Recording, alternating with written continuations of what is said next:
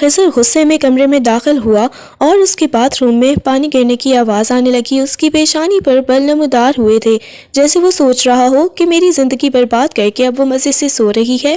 وہ غصے میں اپنی شیروانی اتار کر پٹکتا ہوا آیا اور صوفے پر گرنے والے انداز میں بیٹھ گیا۔ تھوڑی ہی دیر میں کمرے کا دروازہ کھلنے کی آواز آئی۔ اس نے نگاہیں اٹھا کر دیکھا تو وہ تولیے میں لپٹے نائٹ ڈریس میں باہر آئی تھی۔ اس کے چہرے پر سنجیدگی چھائی ہوئی تھی۔ آج پہلی دفعہ زندگی میں وہ اسے اتنا سنجیدہ دیکھ رہا تھا۔ خضر کو مزید غصہ آیا۔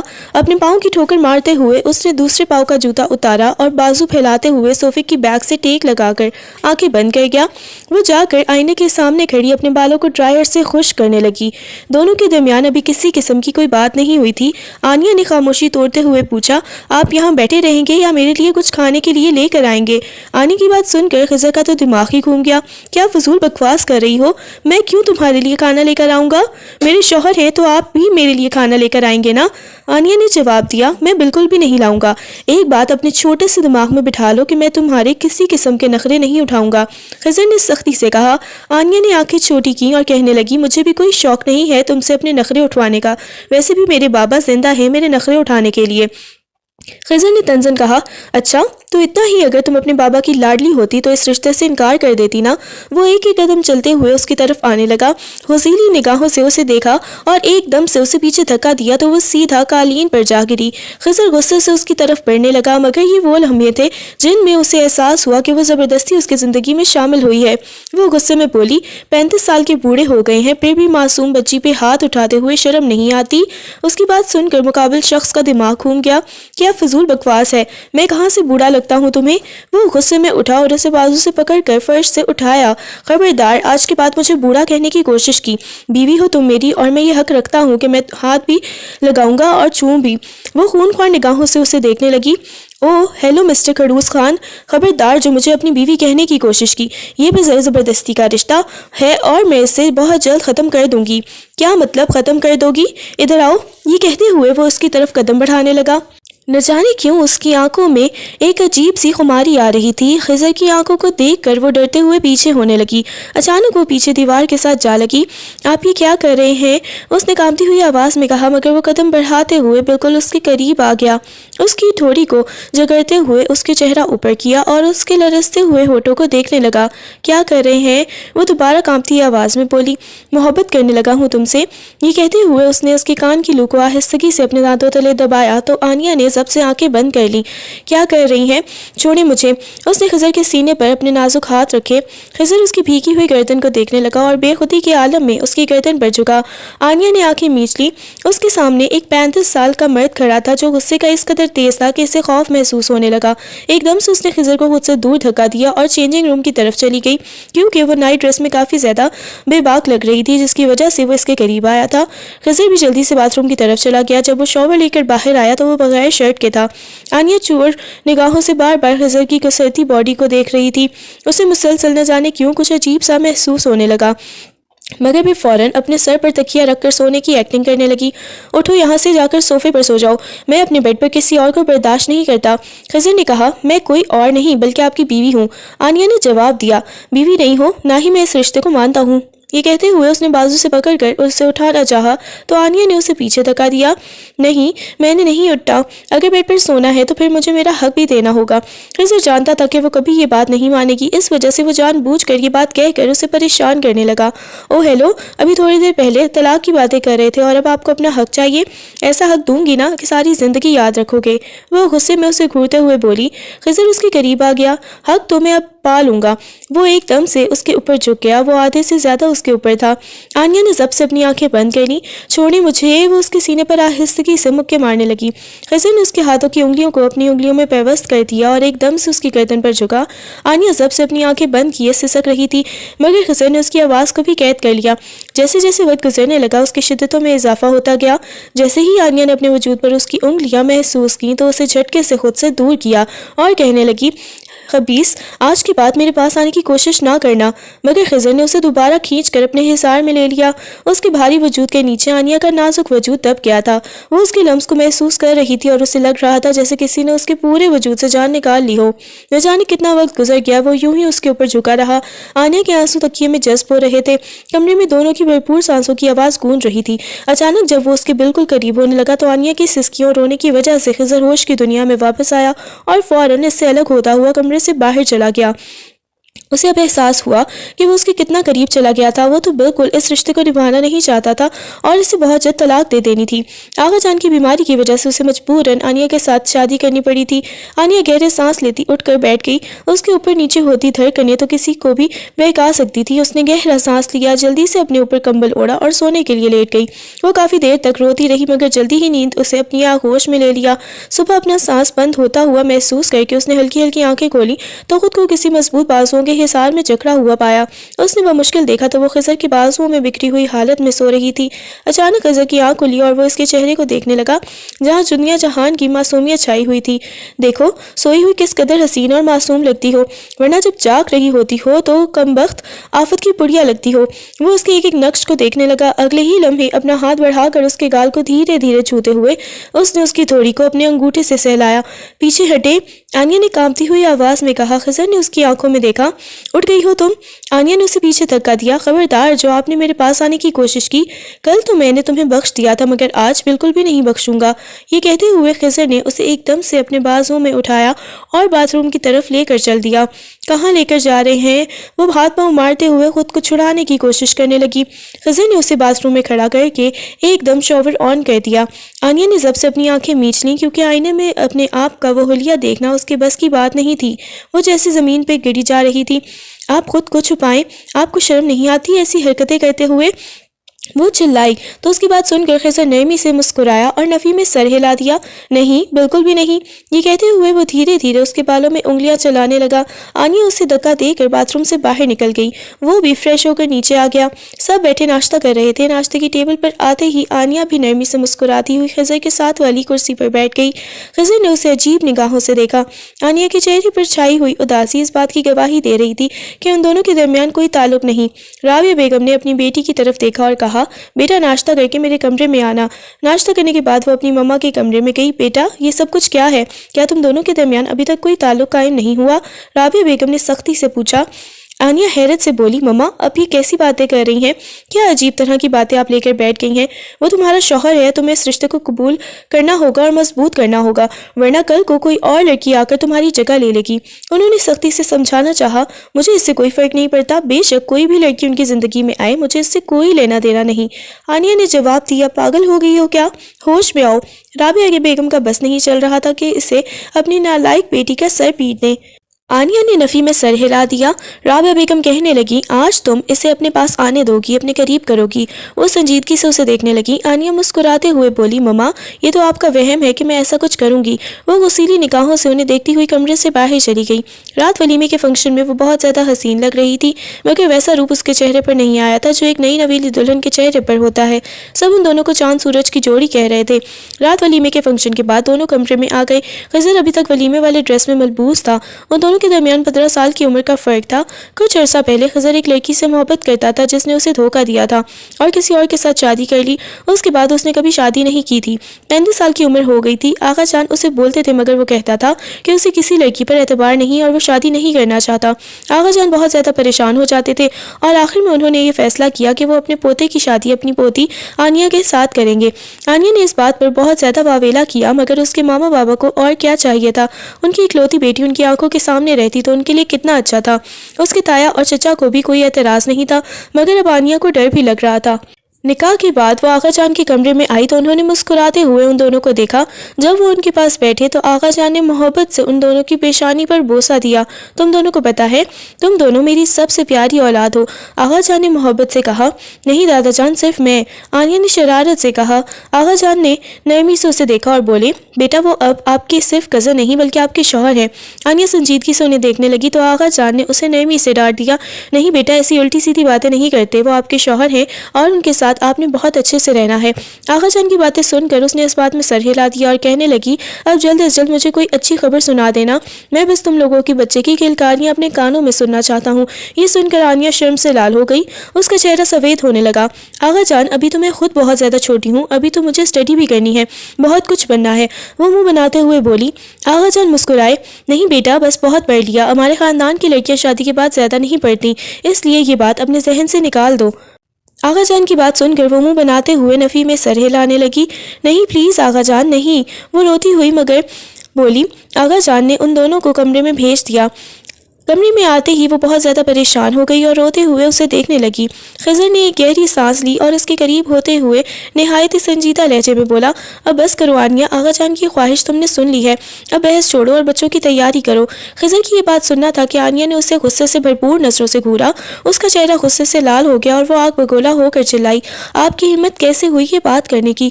میں نے کہا نا میں ابھی بچہ ہوں، مجھے پڑھنا ہے، آپ جیسے 35 سال کے بوڑھے کے ساتھ میں اپنی زندگی پر بات نہیں کروں گی، آپ کو تو شرم آنی چاہیے ایسی باتیں کرتے ہوئے۔ وہ مسلسل ایسی الٹی سیدھی باتیں کر رہی تھی جو خضر کے صبر کا پیمانہ لبریز کر رہی تھی۔ اسے اس قدر طیش آیا کہ اس نے ایک جھٹکے سے آنیہ کو دونوں کندھوں سے جکڑ لیا۔ اس کی آنکھوں میں غصے کی سرخی دیکھ کر آنیہ کا دل ایک پل کے لیے دہلا، مگر اگلے ہی لمحے اس نے پوری طاقت سے خضر کے سینے پر ہاتھ مار کر اسے پیچھے دھکا دیا۔ خضر جو پہلے ہی غصے میں تھا اسے دھکے سے سنبھلا اور اس سے پہلے کہ آنیہ وہاں سے بھاگ پاتی اس نے اس کی کلائی سے پکڑ کر بیڈ کی طرف کھینچا۔ آنیہ کا توازن بگڑا اور وہ بیڈ پر جا گری۔ اس سے پہلے کہ وہ اٹھتی خضر ایک دم اس کے اوپر آ گیا۔ اس کے دونوں ہاتھ آنیہ کے سر کے دونوں طرف جمے ہوئے تھے اور اس کا پورا وجود آنیہ کے نازک وجود پر حاوی تھا۔ کمرے کی فضا اب صرف ان کی تیز ہوتی سانسوں سے بوجھل ہو رہی تھی۔ خضر کا غصہ اس وقت عروج پر تھا۔ اس نے آنیہ کی آنکھوں میں آنکھیں ڈال کر نہایت پاگل کر دینے والے لہجے میں کہا بہت شوق ہے نا تمہیں مجھے بوڑھا کہنے کا اور میری باتوں کو مذاق میں اڑانے کا، تو پھر میری ایک بات کان کھول کر سن لو، آج رات ولیمے کے فنکشن کے بعد تیار رہنا، پھر میں تمہیں بتاؤں گا کہ یہ بوڑھا کیا کر سکتا ہے اور اپنا حق کیسے وصول کیا جاتا ہے۔ آج کے بعد تمہاری ایک بھی بدتمیزی برداشت نہیں کی جائے گی۔ یہ کہہ کر اس نے حقارت سے اسے چھوا اور چھوڑا اور غصے میں پیر پٹکتے ہوئے کمرے سے باہر نکل گیا۔ پیچھے آنیہ بیڈ پر گری اپنی تیز ہوتی دھڑکنوں کو کنٹرول کرنے کی کوشش کر رہی تھی۔ اس کا پورا وجود لرز رہا تھا اور اسے خضر کی آنکھوں میں چھپا ہوا وہ جنون دیکھ کر پہلی بار سچ مچ خوف محسوس ہوا تھا۔ اسے غصہ تو بہت آ رہا تھا مگر اس وقت وہ خاموشی سے اس زہر کا گھونٹ بھر کر رہ گئی تھی۔ وہ بڑبڑاتے ہوئے اسے خڑوس، بدتمیز اور سنگ دل جیسے القابات سے نواز رہی تھی، مگر دل ہی دل میں وہ اس رات کے تصور سے ہی کانپ اٹھی تھی جس کا ذکر خضر کر کے گیا تھا۔ وقت پر گزرا اور رات ولیمے کے فنکشن کا آغاز ہوا تو آنیہ کسی پری کی طرح حسین لگ رہی تھی۔ اس نے سنہری اور کریم رنگ کا بھاری کام والا جوڑا پہن رکھا تھا جس میں اس کا حسن بلا کر رکھ رہا تھا۔ ہر دیکھنے والی آنکھ اس پر ٹھہر جاتی تھی مگر خضر کی آنکھیں تو جیسے اس پر جم کر رہ گئی تھی۔ وہ دور کھڑا مسلسل اسے ہی دیکھ رہا تھا اور اس کے ذہن میں صرف ایک ہی بات گردش کر رہی تھی کہ کب یہ فنکشن ختم ہو، کب وہ اس لڑکی کو لے کر کمرے میں بند ہو اور کب وہ اسے اپنا حق وصول کرے جو اب تک ادھورے پن کا شکار تھا۔ خضر کے چہرے پر ایک عجیب سی فاتحانہ مسکراہٹ تھی اور اس کے بے چین نظریں بار بار گھڑی کی طرف اٹھ رہی تھی کیونکہ اب اسے اس لمحے کا شدت سے انتظار تھا جب وہ آئینہ کو اپنی باہوں کے حصار میں لے کر اسے بتائے گا کہ خضر خان سے جیتنا اتنا آسان نہیں ہے۔ ولیمے کا فنکشن ختم ہوتے ہی خضر بڑی تیزی سے کمرے کی طرف بڑھا۔ جیسے ہی وہ کمرے میں داخل ہوا تو دیکھا کہ آنیہ آئینے کے سامنے کھڑی اپنے بھاری زیورات اتارنے کی کوشش کر رہی تھی۔ خضر کے قدموں کی چاپ سن کر اس کے ہاتھ لرزنے لگے۔ خضر نہایت پر اعتماد طریقے سے چلتا ہوا اس کے بالکل قریب آ گیا اور آئینے میں اس کی آنکھوں میں جھانکتے ہوئے اپنا ہاتھ بڑھا کر اس کی گردن پر بکھری لٹوں کو ہٹایا۔ آنیہ نے پیچھے ہٹنے کی کوشش کی مگر خضر نے اسے موقع ہی نہ دیا اور جھک کر نہایت دیوانگی سے اس کی گردن پر اپنے لب رکھ دیے۔ آنیہ کے پورے وجود میں جیسے کرنٹ دوڑ گیا اور اس نے ایک دم ہنگامہ مچا دیا۔ چھوڑے مجھے، یہ کیا بدتمیزی ہے، دور ہٹے مجھ سے، وہ چلائی اور اسے پیچھے دھکا دینے کی کوشش کی۔ خضر کا غصہ جو پہلے ہی دبا ہوا تھا ایک دم بھڑک اٹھا۔ اس نے فوراً اپنا مضبوط ہاتھ آنیہ کے منہ پر رکھ کر اس کی آواز کو قید کر لیا اور اسے دیوار کے ساتھ جکڑتے ہوئے نہایت غصیلی آواز میں کہا چپ، بالکل چپ، میں نے کہا تھا نا کہ آج میں اپنا حق لے کر رہوں گا، تمہاری یہ چیخ و پکار مجھے روک نہیں پائے گی۔ خضر کی آنکھوں میں چھپا ہوا وہ وحشیانہ پن دیکھ کر آنیہ کی آنکھیں خوف سے پھیل گئیں۔ اس نے تڑپ کر خود کو چھڑانے کی کوشش کی تو خضر نے نفرت سے اسے خود سے دور جھٹکا۔ تم جیسی ضدی لڑکی کے منہ لگنا ہی میری بھول تھی، اس اپنی نفرت اور انا کے ساتھ اکیلی رہو اس کمرے میں۔ وہ غصے میں بپھرتا ہوا دروازہ کھول کر باہر نکل گیا اور اس رات پھر واپس نہ آیا۔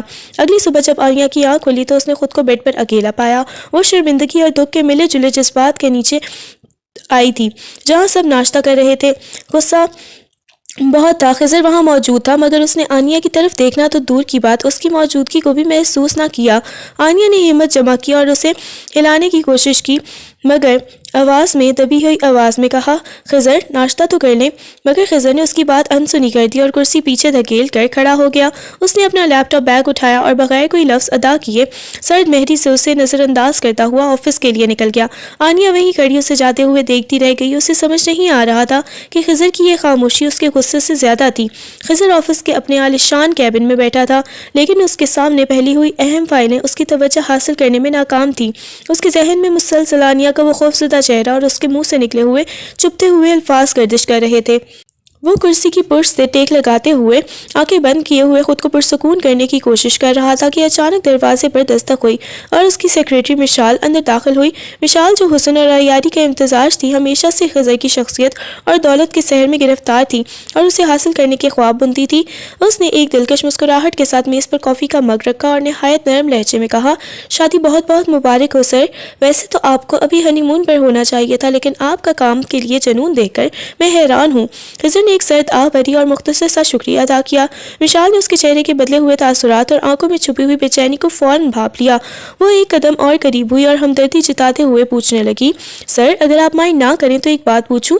آپ بہت پریشان لگ رہے ہیں، سب ٹھیک تو ہے نا؟ آپ کی وہ مخصوص چمک کہیں کھو گئی ہے۔ خضر نے فائل کی طرف دیکھتے ہوئے تلخی سے جواب دیا، کچھ چیزیں ویسی نہیں ہوتی مشال جیسا ہم سوچتے ہیں، بس کچھ ذہنی تناؤ ہے۔ مشال کے ماتھے پر ایک لمحے کے لیے سوچ کی لہر آئی اور اس کے لبوں پر ایک مخفی سی فاتحانہ مسکراہٹ رینگ گئی۔ اسے یہ سمجھتے دیر نہ لگی کہ باس اور ان کی نئی نویلی دلہن کے درمیان تعلقات میں کوئی بڑی درار آ چکی ہے۔ اسے اندازہ ہو گیا تھا کہ جس مقام تک وہ پہنچنا چاہتی تھی وہاں اب جگہ بننا شروع ہو گئی ہے۔ اس نے مہارت سے اپنا ہاتھ خضر کی میز پر رکھا اور دبی ہوئی آواز میں بولی، سر میں جانتی ہوں کہ گھر کے معاملات کبھی کبھی بہت مشکل ہو جاتے ہیں لیکن اگر آپ کو کبھی بھی کسی سے بات کرنے کا یا دل ہلکا کرنے کی ضرورت محسوس ہو تو میں ہمیشہ یہی ہوں۔ خضر نے نظر اٹھا کر اسے دیکھا۔ اس وقت اسے مشال کی باتوں میں ایک جھوٹی ہمدردی محسوس ہوئی مگر وہ اتنا تھکا ہوا تھا کہ اس نے کوئی سخت رد عمل نہیں دیا، جبکہ مشال اپنے ذہن میں آنیہ کو خضر کی زندگی سے نکالنے کے منصوبے بنانا شروع کر چکی تھی۔ کچن میں برتنوں کی آوازوں کے ساتھ ساتھ آنیہ کی الٹی سیدھی باتوں نے ایک شور مچا رکھا تھا۔ وہ غصے میں ممی کو جواب دے رہی تھی کہ آپ لوگوں نے زبردستی میری شادی تو کر دی، اب کیا آپ چاہتی ہیں کہ میں اپنی مرضی بھی مار دوں؟ مجھے اس رشتے سے کوئی دلچسپی نہیں ہے۔ اس کی باتیں سن کر رابعہ بیگم کا پارا ہائی ہو گیا اور انہوں نے غصے میں آنیہ کو ڈانٹتے ہوئے کہا، خاموش ہو جاؤ آنیہ، تمہیں ذرا برابر احساس نہیں کہ تم کس سے اور کیا بات کر رہی ہو؟ وہ تمہارا شوہر ہے، تمہاری یہ بدتمیزی کسی دن تمہیں بہت مہنگی پڑے گی۔ ابھی ماں بیٹی کی یہ تکرار جاری تھی کہ تائی جان کچن میں داخل ہوئی۔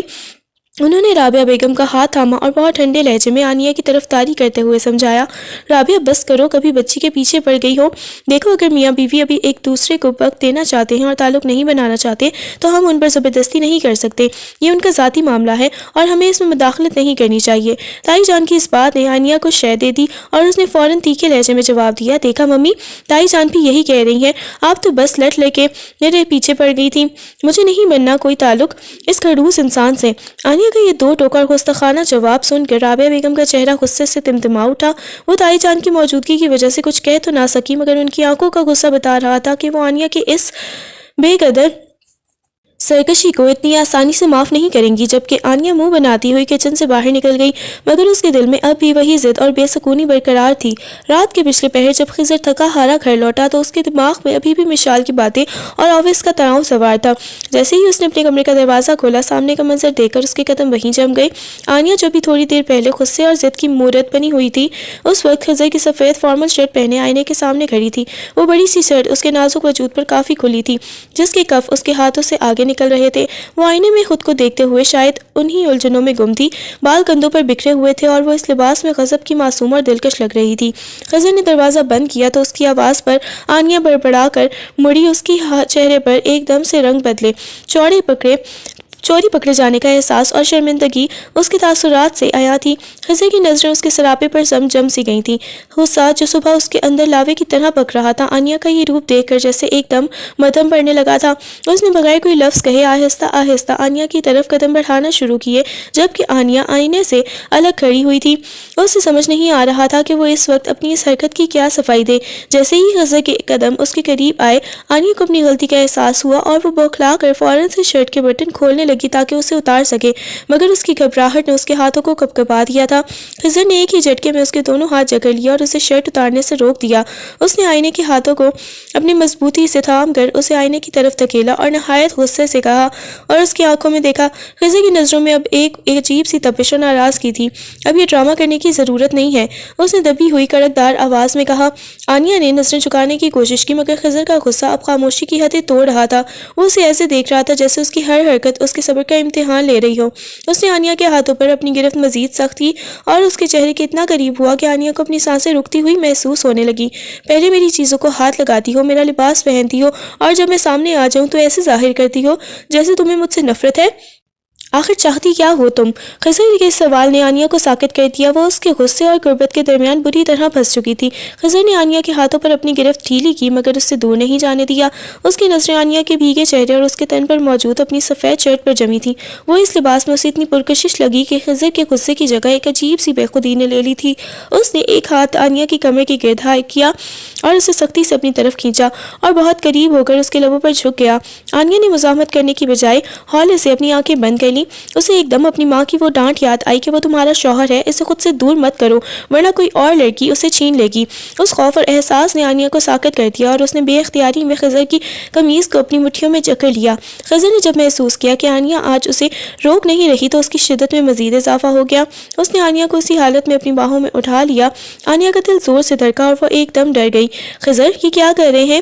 اس نے کانپتی آواز میں پوچھا۔ خضر نے اسے بیڈ پر لٹاتے ہوئے اس کی آنکھوں میں دیکھا اور مخمور لہجے میں بولا، وہی جو میرا حق ہے آنیہ، اور آج تم مجھے نہیں روکو گی۔ آنیہ نے گھبرا کر کمبل خود پر کھینچنا چاہا، مگر خضر کا وجود اس پر حاوی ہو چکا تھا اور اس کی نظروں کا جنون آنیہ کو مزید خوفزدہ کر رہا تھا۔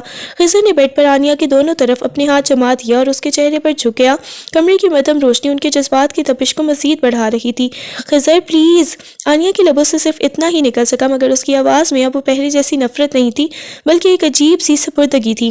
خضر نے اس کی پیشانی سے پیشانی ٹکا دی اور سرگوشی کی، کتنا تڑپایا ہے تم نے مجھے آنیہ، اب اپنی عزت کو اور نادانی سے کیا تمہیں ذرا بھی اندازہ ہے کہ میں نے خود پر کتنا قابو رکھا ہوا تھا؟ یہ کہتے ہوئے اس نے نہایت نرمی سے آنیہ کے گال کو اپنے لبوں سے چھوا۔ آنیہ کا پورا وجود پگھلنے لگا تھا۔ اس نے اپنی آنکھیں سختی سے بند کی اور خضر کے کندھوں پر اپنی گرفت مضبوط کر دی۔ خضر اب مکمل طور پر بہک چکا تھا۔ اس نے اپنی شرٹ کے بٹنوں میں الجھی آنیہ کی انگلیوں کو چوما اور پھر آہستہ آہستہ اس کی گردن کی جانب بڑھا۔ آنیہ نے ایک لمبی اور گہری سانس لی۔ اسے رہ رہ کر اپنی ماں کی باتیں یاد آ رہی تھی کہ اگر اس نے آج خضر کو دور کیا تو شاید وہ اسے ہمیشہ کے لیے کھو دے گی۔ اس خیال نے اسے مزید بے باک کر دیا تھا اور اس نے اپنا چہرہ خضر کے سینے میں چھپا لیا۔ خضر نے اس کی تھوڑی پکڑ کر اس کا چہرہ اوپر اٹھایا اور اس کی آنکھوں میں جھانکا جہاں اب صرف شرم و حیا کا راج تھا۔ آج کوئی دیوار ہمارے درمیان نہیں رہے گی۔ خضر نے یہ کہتے ہوئے دیوانہ وار اس کے لبوں کا قرب حاصل کیا۔ آنیہ نے سسک کر اس کے بالوں میں اپنی انگلیاں پیوست کر دیں اور اس کے لمس کو اپنے پور پور میں محسوس کرنے لگی۔ خضر کی شدتیں اب تمام حدیں پار کر رہی تھیں۔ وہ اسے کبھی اپنی باہوں میں بھینچتا تو کبھی نہایت نزاکت سے اس کے سراپے کو اپنی محبت کی خوشبو سے مہکا دیتا۔ کمرے میں صرف ان کی تیز ہوتی سانسوں کا شور تھا جو ایک دوسرے کے وجود میں ضم ہو رہے تھے۔ آنیہ کو اب 35 سال کے بوڑھے میں وہ سکون اور تحفظ محسوس ہو رہا تھا جو اس نے پہلے کبھی نہیں پایا تھا۔ خضر نے اس کے کان کے پاس نہایت مخمور آواز میں کہا، تم صرف میری ہو آنیہ، صرف میری۔ وہ رات ان کی زندگی کی سب سے طویل اور رومانوی رات بن گئی تھی، جہاں غصہ، انا اور ضد سب کچھ محبت کے سیلاب میں بہہ گئے تھے اور وہ دونوں ایک دوسرے کے احضار میں مکمل طور پر کھو گئے تھے۔ صبح کی پہلی کرن کھڑکی کے پردوں کی اوٹ سے چھن کر کمرے میں داخل ہوئی تو پورے کمرے میں ایک سنہری سی روشنی پھیل گئی تھی۔ خضر کی آنکھ کھلی تو اسے اپنے سینے پر ایک بوجھ سا محسوس ہوا۔ اس نے نظر جھکا کر دیکھا تو آنیہ نہایت سکون سے اس کے سینے پر سر رکھے سو رہی تھی۔ اس کا ایک ہاتھ خضر کی قمیض کو ابھی مضبوطی سے تھامے ہوئے تھا، جیسے نیند میں بھی اسے ڈر ہو کہ خضر کہیں چلا نہ جائے۔ اس کے بکھرے ہوئے بال خضر کی بازوؤں اور سینے پر پھیلے ہوئے تھے اور چہرے پر وہ مخصوص معصومیت تھی جو صرف نیند کی حالت میں ہی نظر آتی ہے۔ خضر نے ایک گہرا سانس لیا اور بے اختیاری میں اس کے بالوں میں اپنی انگلیاں چلانے لگا۔ اس کا دل آج ایک عجیب سے اطمینان سے بھرا ہوا تھا۔ وہ ضد، وہ غصہ اور وہ کڑواہٹ جیسے رات کی تاریکی کے ساتھ ہی کہیں دور جا چکی تھی۔ خضر نے جھک کر نہایت عقیدت اور محبت سے آنیہ کی پیشانی پر اپنے لب رکھ دیے۔ اس کے لمس نے آنیہ کی نیند میں تھوڑی سی خلل پڑی۔ اس نے تھوڑا سا کسمسا کر اپنے چہرہ خضر کے سینے میں مزید چھپا لیا اور ایک لمبی پرسکون سانس لی۔ خضر کو اس کی یہ قربت اور اس کا یہ مان بہت پیارا لگا۔ اس نے اپنا بازو آنیہ کے گرد مزید تنگ کر لیا اور اس سے خود سے بالکل ساتھ لگا لیا۔ کاش تم ہمیشہ ایسی ہی رہو میری آنیا بن کر۔ خضر نے بہت دبی ہوئی آواز میں سرگوشی کی اور اس کی گال کو اپنی انگلی کے پور سے چھوا۔ آنیا کی پلکیں تھوڑا سا لرزیں جیسے وہ بیدار ہونے والی ہو، مگر اس لمحے کی خوبصورتی اور خضر کے لمس کی گرمائش نے اسے دوبارہ مدہوش کر دیا۔ وہ دونوں اس وقت دنیا مافیہا سے بے خبر ایک دوسرے کے وجود میں سکون تلاش کر رہے تھے۔ خضر پلیز پیچھے ہٹیں، مجھے گردن پر بہت زیادہ گدگدی ہوتی ہے، یہاں بوسہ مت دیں ورنہ میں ہنس ہنس کر پاگل ہو جاؤں گی، میرا دم نکل جائے گا۔ اس کی معصومانہ ہنسی پورے کمرے میں جلترنگ بچ رہی تھی اور خضر اسے دیکھ کر کسی سحر میں مبتلا ہو رہا تھا۔ اسے آج پہلی بار اپنا یہ کمرہ کسی جنت کی طرح مکمل اور پرسکون محسوس ہو رہا تھا۔ وہ آنیا کی اس کھلکھلاہٹ پر اپنی زندگی کی تمام تلخیاں وار دینا چاہتا تھا۔ اس نے آنیا کے ہنستے ہنستے اپنا توازن برقرار رکھنے کے لیے خضر کے چوڑے کندھے پر اپنے نازک ہاتھ رکھے اور اس کی گہری آنکھوں میں جھانک کر بہت ہی دھیمے اور سچے لہجے میں کہنے لگی، خضر سچ بتاؤں تو میں آپ کو کتنا برا اور سنگ دل سمجھتی تھی۔ مجھے لگتا تھا کہ آپ صرف غصہ کرنا چاہتے ہیں اور آپ بہت کڑوس ہیں، آپ کے پاس دل نام کی کوئی چیز نہیں ہے، مگر آپ تو بہت زیادہ اچھے نکلے۔ آپ کی اس محبت نے تو میرے سوچنے کا ڈھنگ ہی بدل دیا۔ میں تو ڈر رہی تھی کہ پتہ نہیں آپ میرے ساتھ کیا کریں گے۔ خضر نے اس کی معصومانہ اعتراف سن کر اسے مزید زور سے اپنی طرف کھینچا اور اس کے ماتھے پر بکھری لٹ کو کان کے پیچھے اڑستے ہوئے نہایت مخمور آواز میں بولا، برا میں کبھی نہیں تھا آنیا، تمہاری اس بے جا ضد اور بدتمیزی نے مجھے سخت و لہجہ اپنانے پر مجبور کر دیا تھا، ورنہ اس 35 سال کے مرد کے دل میں تمہارے لیے کتنا پیار اور کتنی چاہت چھپی ہے، اور اس کا تمہیں کوئی اندازہ تب ہوتا جب تم مجھے اپنا شوہر مانتی۔ دیکھو آج تم نے ایک قدم بڑھایا تو میں تمہارے قدموں میں ڈھیر ہو گیا۔ آنیا نے پیار سے خضر کے گال پر اپنی انگلیاں پھیری اور اپنی پلکیں جھکاتے ہوئے شرماتی ہوئی آواز میں بولی، میں اب کبھی بھی اس طرح سے نہیں لڑوں گی، اور جو میں نے آپ کو بوڑھا کہتی تھی وہ بھی صرف آپ کو تپانے اور چڑھانے کے لیے کہتی تھی۔ حقیقت میں تو آپ میرے ہیرو ہیں اور آپ سے زیادہ پرکشش مرد میں نے آج تک نہیں دیکھا۔ وہ دونوں اس نیم تاریک کمرے میں بیڈ پر لیٹے ایک دوسرے کی قربت اور ان کی میٹھی باتوں میں اس قدر کھو گئے تھے کہ باہر کی دنیا اور وقت کا احساس ہی مٹ گیا تھا۔ خضر اسے مسلسل اپنی نظروں سے دیکھ رہا تھا جیسے اسے اب بھی یقین نہ آ رہا ہو کہ یہ وہی باقی آنیا ہے جو اب اس کے لیے ایک ایک لمس پر پگھل کر موم ہو رہی تھی۔ آنیا کی ہر بات اور اس کی ہر مسکراہٹ خضر کے پرانے زخموں پر مرہم رکھ رہی تھی۔ وہ کبھی اس کے ہاتھ چومتا تو کبھی اسے اپنی باہوں میں بھر کر اپنی معصومیت پر صدقے واری جاتا۔ آنیا کا وہ دیرینہ خوف اب مکمل طور پر ختم ہو چکا تھا اور اس کی جگہ ایک اٹوٹ بھروسے اور والہانہ محبت نے لے لی تھی۔ وہ دونوں دیر تک یوں ہی ہنستے مسکراتے رہے اور اپنی نئی زندگی کے اس سب سے خوبصورت موڑ کو جی بھر کر جینے لگے۔ خوبصورت خضر کو لگ رہا تھا کہ اس نے برسوں کی تنہائی کے بعد کوئی بہت بڑی جنگ جیت لی ہے اور اس کا انعام آنیا کی یہ سچی سپردگی ہے۔ آنیا نے خضر کے سینے کے بالوں میں اپنی انگلیاں اچھلتے ہوئے معصومیت سے پوچھا، خضر اب سے ہماری زندگی میں صرف خوشیاں ہوں گی نا؟ آپ نے وہ کھڑوس باس تو نہیں بن جائیں گے دوبارہ سے؟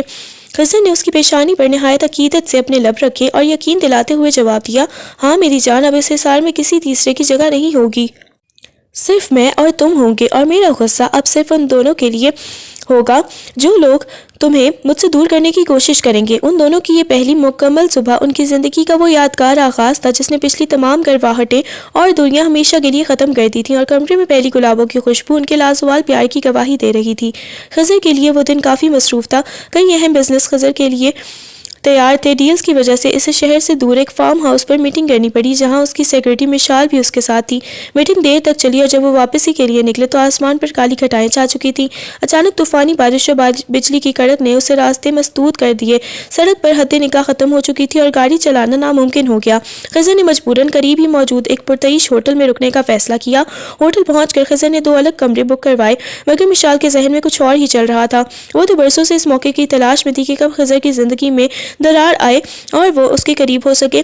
جیسے ہی خضر اپنے کمرے میں داخل ہوا، تازہ دم ہونے کے لیے باتھ روم کی طرف بڑھا، دروازے پر دستک ہوئی۔ اس نے دروازہ کھولا تو سامنے مشال کھڑی تھی۔ اس کے بال تھوڑے بھیگے ہوئے تھے اور چہرے پر مصنوعی خوف طاری تھا۔ سر پلیز، کیا میں تھوڑی دیر یہاں بیٹھ سکتی ہوں؟ مجھے بجلی کی کڑک سے بہت زیادہ ڈر لگتا ہے۔ اس ہوٹل کی لائٹس بھی چھپک رہی ہیں اور میں اکیلے کمرے میں نہیں رہ رہی۔ مشال نے نہایت لجاجت سے اور معصومیت سے خضر کے مروتن اور اسے اندر آنے کی اجازت دے دی اور خود بھی صوفے پر بیٹھ کر فائلز دیکھنے لگا۔ مشال نے دیکھا کہ خضر کی توجہ کام پر ہے۔ اس نے دھیرے سے صوفے پر خضر کے بالکل قریب اپنی جگہ بنائی، اتنی قریب کہ اس کے پرفیوم کی تیز خوشبو خضر کے حواس پر چھانے لگی۔ سر، آپ کی زندگی میں آنیا کے آنے سے سب کتنا بدل گیا ہے نا؟ میں نے سنا ہے اب بھی آپ سے لڑتی ہے وہ۔ آپ جیسے نفیس انسان کو ایسی لڑکی کیسے برداشت ہو رہی ہے؟ مشال نے اسے بازو سے اپنا ہاتھ رکھتے ہوئے نہایت دھیمے اور مخمور لہجے لہجے میں پوچھا۔ اس کا لمس اور اس کی قربت خضر کو ایک دم سے الجھن میں ڈال رہی تھی۔ مشال نے موقع پاتے ہی اپنی آواز کو مزید لرزیدہ بنایا۔ خضر مجھے واقعی بہت ڈر لگ رہا ہے، پلیز مجھے خود سے دور نہ کریں۔ یہ کہتے ہوئے وہ تقریباً خضر کے کندھے پر جھک گئی تھی اور اپنے چہرے کو اس کے چہرے کے قریب لے آئی۔ وہ اپنی تمام تر بے باکی کے ساتھ خضر کو بہکانے کی پوری کوشش کر رہی تھی۔ اس کی نظریں خضر کے لبوں پر جمی تھیں اور وہ اس طوفانی رات کا فائدہ اٹھا کر اسے اپنے دام میں لانا چاہتی تھی۔ اس نے خضر کی قمیص کے کالر کو چھوتے ہوئے نہایت قربت سے سرگوشی کی۔ آپ جانتے ہیں نا میں آپ کے لیے کیا محسوس کرتی ہوں؟ آنیہ کبھی آپ کو وہ سکون نہیں دے پائے گی جو میں دے سکتی ہوں۔ خضر کو ایک لمحے کے لیے ایسا لگا جیسے وہ کسی دلدل میں اتر رہا ہے۔ مشال کا اس بند کمرے میں باہر کی بارش کی آواز ان کے درمیان بڑھتی ہوئی اس کشش کو مزید خطرناک کر رہی تھی۔ مشال نے اپنا چہرہ خضر کی گردن کے قریب کیا اور نہایت آہستہ سے اپنے لب اس کے کان کے پاس لے گئی تاکہ وہ مکمل طور پر بہک جائے۔ وہ اس رات کو خضر کی زندگی کی سب سے بڑی غلطی بنانا چاہتی تھی تاکہ آنیہ اور خضر کا رشتہ ہمیشہ کے لیے ختم ہو جائے۔ مشال کا قرب اور اس کی مخمور باتیں اس طوفانی رات میں خضر کے حواس پر چھانے لگی تھی۔ باہر بجلی کی کڑک اور موسلا دھار بارش نے ماحول کو ایک عجیب سی بے خودی میں بدل دیا تھا۔ مشال نے جب اس کی کالر کو چھوتے ہوئے اپنی محبت کا اعتراف کیا تو خضر کا دماغ سن ہونے لگا۔ اس وقت شیطان نے ان کے درمیان تیسرا بن کر موجود تھا جو خضر کی برسوں کی پارسائی اور آنیہ کے ساتھ جڑے ہوئے نئے رشتے کو پل بھر میں خاک میں ملانا چاہتا تھا۔ خضر مشال کی قربت اور اس کے لمس کے زیر اثر آہستہ آہستہ بہکنے لگا۔ اس کا ہاتھ خود بخود مشال کی کمر کی طرف بڑھ گیا اور وہ اس کے انتہائی قریب ہو گئے۔ مشال کی آنکھوں میں ایک فاتحانہ چمک تھی۔ اسے لگ رہا تھا کہ اس نے خضر کو مکمل طور پر جیت لیا ہے۔ وہ دونوں گناہوں کی اس آخری حد تک پہنچ چکے تھے جہاں سے واپسی ناممکن معلوم ہوتی تھی۔ مشال نے اپنا چہرہ خضر کے لبوں کے بالکل قریب کر لیا تھا۔ اچانک جیسے کوئی معجزہ ہوا ہو، خضر کی بند آنکھوں کے سامنے ایک دم آنیہ کا وہ معصوم چہرہ لہرایا جو آج صبح اس کے سینے پر سر رکھے نہایت مان سے سو رہی تھی۔ اسے آنیہ کی وہ شرمیلی ہنسی، اس کا یہ کہنا کہ آپ تو بہت اچھے ہیں اور اس کا وہ بھروسہ یاد آیا جو اس نے کل ہی رات خضر کے حوالے کیا تھا۔ ایک زوردار بجلی کی کڑک اور جیسے ہی خضر کسی گہری نیند سے چونک اٹھا ہو، خوف کی ایک سرد لہر اس کے پورے وجود میں سر سے پاؤں تک دوڑ گئی۔ اسے احساس ہوا کہ کسی عظیم گناہ کے کنارے کھڑا ہے اور اس سے اپنی پاک رشتے کے ساتھ کتنی بڑی غداری کرنے والا تھا۔ اس نے ایک وحشت زدہ جھٹکے سے مشال کو خود سے دور دھکا دیا جس کی وجہ سے وہ صوفے سے نیچے جا گری۔ خبردار مشال، اپنی حد میں رہو، خضر ہانپتے ہوئے چلایا۔ اس کی پیشانی پر پسینے کے قطرے نمودار ہو گئے تھے۔ اس نے نفرت بھری نظروں سے مشال کو دیکھا جو بوکھلائی ہوئی اسے دیکھ رہی تھی۔ تم میری سیکرٹری ہو اور وہی رہو، میری بیوی کا مقابلہ کرنا تو دور کی بات، تم اس کے پیروں کی خاک کے برابر بھی نہیں ہو۔ دفع ہو جاؤ یہاں سے، اس سے پہلے کہ میں اپنا آپ بھول جاؤں۔ خضر کا پورا وجود لرز رہا تھا۔ مشال ذلت اور غصے میں اپنا بیگ اٹھا کر کمرے سے باہر بھاگ گئی جبکہ خضر وہیں فرش پر بیٹھ گیا۔ اس کی آنکھوں سے آنسو بہہ رہے تھے۔ اسے اس بات کا خوف کھائے جا رہا تھا کہ اگر وہ اس لمحے ہوش میں نہ آتا اور اپنی آنیہ کو کیا منہ دکھاتا۔ اسے پہلی بار احساس ہوا کہ محبت صرف جسم کا ملاپ نہیں بلکہ ایک دوسرے کے مان کی حفاظت کا نام ہے۔ خضر اسی وقت ہوٹل سے نکلا اور طوفانی بارش کی پرواہ کیے بغیر گاڑی دوڑاتا ہوا آدھی رات کو گھر پہنچا۔ اس کا پورا وجود بھیگا ہوا تھا اور دل میں پچھتاوے کی آگ بھڑک رہی تھی۔ جیسے ہی اس نے کمرے کا دروازہ کھولا تو سامنے آنیہ کو مصلے پر بیٹھا پایا جو شاید اس کی خیریت کے لیے دعا کو تھی۔ آنیہ اسے اس حال میں دیکھ کر ہکا بکا رہ گئی اور فوراً دوڑتی ہوئی اس کے قریب آئی۔ خضر، آپ اس حال میں؟ اتنی تیز بارش تھی، آپ کو رک جانا چاہیے تھا، کیا ضرورت تھی اس طوفان میں آنے کی؟ آنیہ کی آواز میں چھپی فکر خضر کے دل کو چھنی کر رہی تھی۔ آنیہ نے فوراً الماری سے تولیہ نکالا اور خضر کے سر پر رکھ کر اس کے بال خشک کرنے لگی۔ وہ مسلسل باتیں کر رہی تھی کہ میں کتنی پریشان تھی، بار بار آپ کا فون ٹرائی کر رہی تھی، آپ کو ذرا احساس نہیں کہ میرا کیا حال ہو رہا تھا۔ مگر خضر خاموش کھڑا اسے دیکھتا رہا۔ اسے وہ منظر یاد آ رہا تھا جب وہ مشال کے قریب تھا اور اب وہ یہاں اس کی معصوم بیوی اس کی خدمت کر رہی تھی۔ پچھتاوے کے احساس نے اسے اس قدر مغلوب کر دیا تھا کہ اس نے ایک دم آنیہ کا ہاتھ تھام لیا اور دیواروں کی طرح اس کی ہتھیلیوں پر اپنے لب رکھ دیے۔ اس کی آنکھیں نم ہو گئی تھیں اور وہ لرزنے لگا۔ آنیہ یہ دیکھ کر بری طرح گھبرا گئی تھی۔ اس نے خضر کا چہرہ اپنے دونوں ہاتھوں کے پیالے میں لیا اور پریشانی سے پوچھا، خضر کیا ہوا ہے؟ آپ رو کیوں رہے ہیں؟ کسی نے کچھ کہا ہے کیا؟ آپ کی طبیعت تو ٹھیک ہے نا؟ خضر نے ایک لمبی سسکی لی اور ٹوٹتی ہوئی آواز میں بولا، آنیہ میں بہت گنہگار ہوں، آج مجھ سے بہت بڑی خطا ہونے لگی تھی، میں شیطان کے بہکاوے میں آ کر تمہارے مان کا قتل کرنے لگا تھا۔ اس نے روتے ہوئے اسے ہوٹل میں پیش آنے والا پورا واقعہ سچ سچ بتا دیا تھا، کس طرح مشال نے اسے بہکایا اور کس طرح وہ ایک لمحے کے لیے اپنا آپ کھو بیٹھا تھا۔